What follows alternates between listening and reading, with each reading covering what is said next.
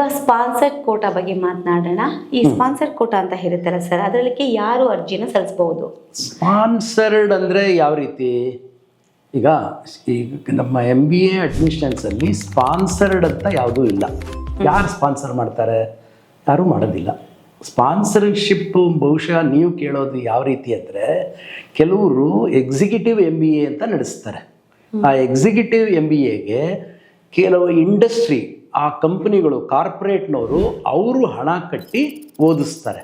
ಅದು PGCET ಮುಖಾಂತರ ಬರುವ AICT ಅಪ್ರೂವ್ಡ್ ಯೂನಿವರ್ಸಿಟಿ ಅಫಿಲಿಯೇಟೆಡ್ ಕಾಲೇಜಸ್ನಲ್ಲಿ ಆ ರೀತಿ ಸ್ಪಾನ್ಸರ್ಡ್ ಸೀಟ್ಸ್ ಇರೋದಿಲ್ಲ. ಓಕೆ. ಹಾಗಾದ್ರೆ ಸ್ಪಾನ್ಸರ್ಡ್ ಕೋಟಾದಡಿ ಯಾವ ಸ್ಪಾನ್ಸರ್ಡ್ ಕೋಟಾ ಅಂತಾನೆ ಬರೋದಿಲ್ಲ, ಇಲ್ವೇ ಇಲ್ಲ, ಯಾವುದು ಇಲ್ವೇ ಇಲ್ಲ. ಯಾರು ಸ್ಪಾನ್ಸರ್ ಮಾಡೋದಿದ್ರೆ ಅದು ವೈಯಕ್ತಿಕ ಅಷ್ಟೇ. ಯಾರಾದರೂ ಕಂಪನಿಯಿಂದ ಯಾರಾದರೂ ಓದೋದಕ್ಕೆ ಸಹಾಯ ಮಾಡಿದ್ರೆ ಅದು ಸ್ಪಾನ್ಸರ್ ಆಗುತ್ತೆ. ಬಟ್ ಅದು ನೀವು ಸೀಟ್ ಪಡ್ಕೊಳ್ಬೇಕು. ಸೀಟ್ ಪಡೆದುಕೊಳ್ಳೋದಕ್ಕೂ ಸ್ಪಾನ್ಸರ್ಶಿಪ್ಪು ಸಂಬಂಧ ಬರೋದಿಲ್ಲ. ಸ್ಪಾನ್ಸರ್ಡ್ ಅಂತ ಬರೋದೇ ಇಲ್ಲ ಇಲ್ಲಿ. ಅದರಿಂದ ಇಲ್ಲಿ PGCETಗೆ ಅದು ನೇರವಾಗಿ ಒಳಪಡದೇ ಇರೋದ್ರಿಂದ ಇಲ್ಲಿ ಸೂಕ್ತ ಆಗೋದಿಲ್ಲ ಅಂತ ನಾನು ಹೇಳ್ತೀನಿ. ಇನ್ ಕೇಸ್ ಸ್ಪಾನ್ಸರ್ಡ್ ಕೋಟಾ ಏನಾದರೂ ಸಿಕ್ತು, ಆ ಪ್ರವೇಶಕ್ಕೆ ಏನಾದರೂ ಅವ್ರು ಪಡ್ಕೋಬೇಕು, ಎಲ್ಲಿಂದ ಸಿಗುತ್ತೆ? ಸಿಗೋದೇ ಇಲ್ವಲ್ಲ, ಯಾರು ಕೊಡೋರೇ ಇಲ್ಲ. ಓಕೆ, ಮೀಸಲಾತಿನೇ ಇಲ್ಲ. ಹಾಗಾಗಿ ಯಾವುದೇ ರೀತಿಯಾದಂತ ಯಾರು ಕೊಡೋ ಸಾಧ್ಯತೆ ಇಲ್ಲ.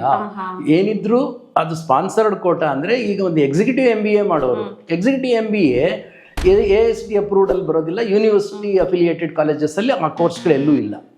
Okay sir.